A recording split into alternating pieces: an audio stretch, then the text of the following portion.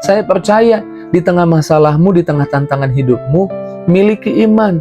Walau kamu nggak mengerti kehadiran Tuhan di mana, tapi saya percaya Tuhan itu setia. Dia tidak mungkin meninggalkanmu. Dia hadir di hidupmu. Jadi jangan putus asa, jangan lemah, kuatkan hatimu bahwa Tuhan selalu hadir di hidupmu.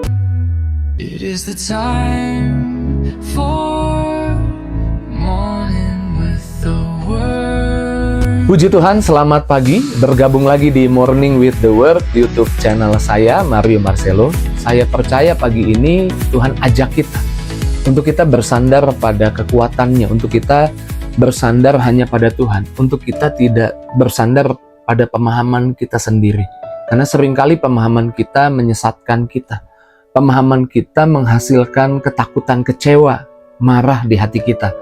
Tapi waktu kita mengerti apa yang jadi kehendak Tuhan, apa yang jadi rencana Tuhan, sikap Tuhan kita melalui firman Tuhan, saya percaya sekalipun ada tantangan, ada masalah, dan kita belum lihat jalan keluar, kita belum lihat jawaban doanya, itu yang membuat kita bisa tetap teguh, tidak mundur, tidak kecewa, itu yang buat kita bisa tetap melangkah. Karenanya kita harus sadar waktu ada masalah, ada tantangan, seringkali banyak orang percaya bertanya, di mana Tuhan? Sepertinya Tuhan tidak hadir. Bahkan saya merasa Tuhan tidak ada tanda-tanda sedikit pun hadir di hidup saya, di tengah-tengah masalah yang saya hadapi. Tapi sebagai hamba Tuhan, saya mau katakan, ketika engkau berdoa dan ketika engkau melibatkan Tuhan, Tuhan tidak pernah pergi dari hidupmu. Bahkan Tuhan selalu hadir di tengah-tengah kehidupan umatnya. Di kitab Ester menarik kalau kita pelajari. Di sana tidak muncul nama Tuhan. Sepertinya tidak ada Tuhan di kisahnya Ester. Tapi kalau kita pelajari, di sana ada rangkaian-rangkaian kejadian di mana Tuhan menunjukkan kehadirannya. Memang secara eksplisit tidak ada nama Tuhan disebut, tapi Tuhan hadir di balik setiap kejadian. Dan Tuhan telah menyusun rencana keselamatan jauh sebelum musuh merencanakan yang jahat buat umatnya. Tuhan selalu menyatakan kebaikannya di balik layar, di balik semua ketidakmengertian kita, bahwa Dia turut bekerja. Karenanya di tengah masalahmu, di tengah tantanganmu, percayalah, ada Tuhan yang tidak pergi dari hidupmu. Jangan merasa Tuhan tidak hadir. Alkitab berkata, Roma pasal 8 ayat 28, kita tahu sekarang bahwa Allah turut bekerja dalam segala sesuatu untuk mendatangkan kebaikan bagi mereka yang mengasihi Dia. Di kitab Ester sepertinya Tuhan tidak hadir, tapi kalau kita perhatikan ada kejadian-kejadian yang mungkin kita anggap biasa, tapi di sana ada kehadiran Tuhan untuk merencanakan keselamatan buat umatnya, buat orang Israel pada waktu itu. Kalau kita pelajari di kitab Ester, satu kali Raja Ahasiweros mengadakan pesta.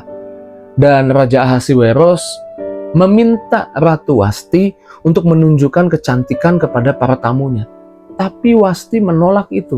Dan penolakan Wasti membuat Raja Ahasiweros murka. Dan akhirnya Wasti dijatuhkan.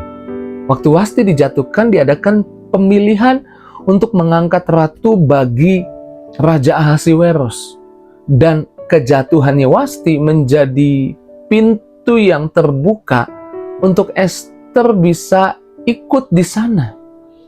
Dan kalau kita pelajari, Ester itu hanyalah seorang Yahudi yang yatim piatu yang diasuh oleh pamannya Mordekai. Dan dia ikut di sana. Waktu dia ikut di sana, dia terpilih sebagai ratu. Dan saya percaya itu bukan suatu kebetulan.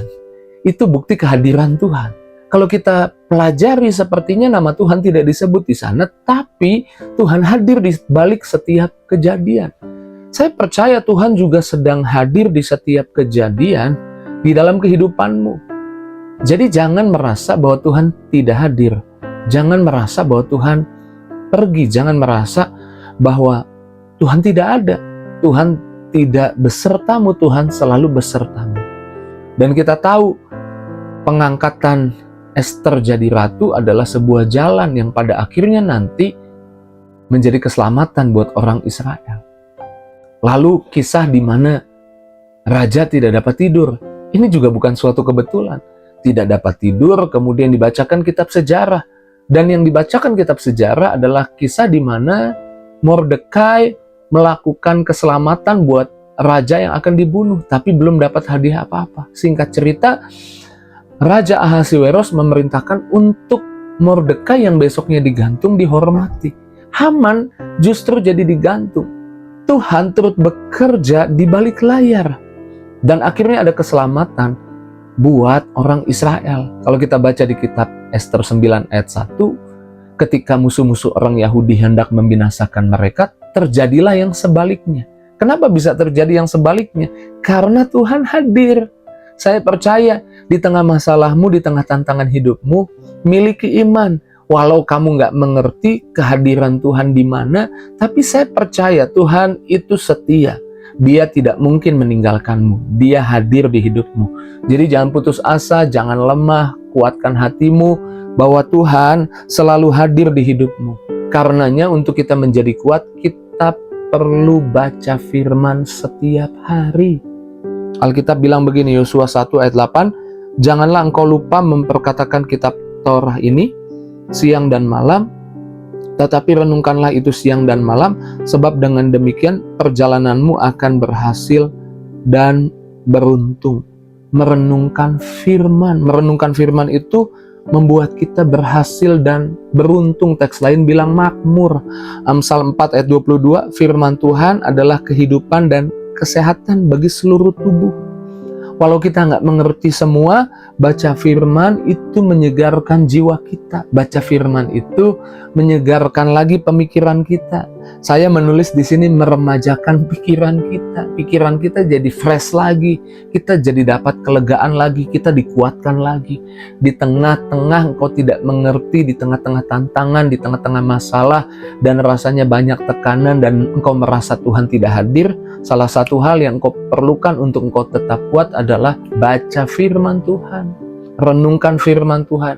Biar jiwamu fresh lagi, segar lagi, dan perjalananmu berhasil dan makmur. Ya, teks aslinya makmur, prosper. Bahasa Indonesianya berhasil. Ketika kita menghadapi masalah, jangan pernah lupa baca firman. Jangan pernah lupa untuk merenungkan firman. Saya percaya pagi ini Tuhan sedang meyakinkanmu. Kau kuat, kau bisa hadapi masalahmu. Tuhan nggak absen, Tuhan nggak pergi dari hidupmu. Tuhan nggak tidak hadir di hidupmu, Tuhan hadir di hidupmu. Lalu yang terakhir saya catat bahwa Tuhan bisa membalikan keadaan. Yang tadi saya jelaskan bagaimana terjadilah yang sebaliknya.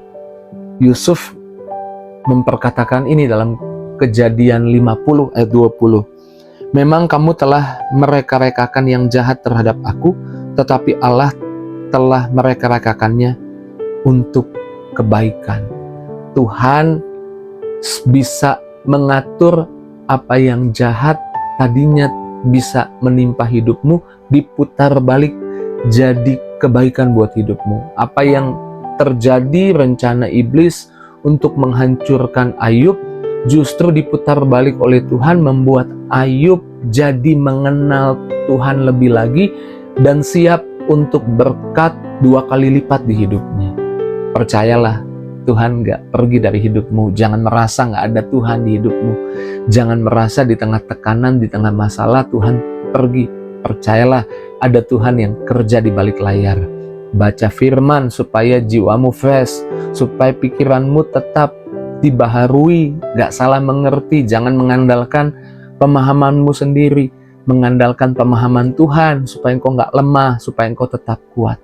Lalu dengan iman percaya semua yang buruk diputar balik jadi kebaikan buat hidup kita. Tantangan, masalah yang mungkin rasanya bisa menghancurkan kita justru akan jadi berkat yang memberkati hidup kita. Amin. Ingat baik, saya sering mengucapkan ini, bahwa kutuk sudah diubah jadi berkat oleh Yesus di kayu salib. Di hidup orang yang percaya pengorbanan Yesus, ujung setiap masalah tantangannya bukan kehancuran, bukan kutuk, tapi berkat.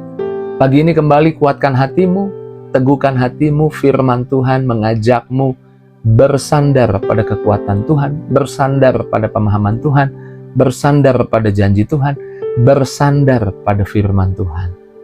Mari kita doa. Terima kasih Tuhan buat firman-Mu, sungguh memberkati, sungguh menguatkan. Pagi ini kami menyerahkan roh jiwa tubuh kami ke dalam tangan Tuhan. Kuasai kami, firman-Mu biarlah meresap ke hati pikiran kami. Biarlah perkataan-Mu saja yang jadi kekuatan dan sumber kemenangan buat kami. Berkati Tuhan anak-anak-Mu, jangan ada yang terlewat satupun, yang sakit disembuhkan, yang lemah dikuatkan, yang susah dihibur. Setiap pribadi yang doanya tidak diabaikan, doanya dikabulkan Tuhan. Di dalam nama Yesus kami bersyukur sepanjang hari ini ada kasih sayang Tuhan dinyatakan. Haleluya, sama-sama kita katakan amin. Kadang-kadang apa yang saya alami menipu perasaan saya. Saya merasa Tuhan gak hadir. Tapi saya tahu hari ini bahwa Tuhan setia, Tuhan selalu hadir di hidup saya. Jika itu responmu, tulis di kolom komentar. Saya tidak lupa, tidak jemu-jemu untuk mengajak saudara meninggalkan jejak di kolom komentar. Jika ada doa yang ingin disampaikan, tulis di sana. Saya akan luangkan waktu untuk doa. Dan jangan lupa bagikan link Morning with the Word pagi ini kepada teman, sahabat, keluargamu. Terus maju dalam Tuhan. Tuhan berkati. See you.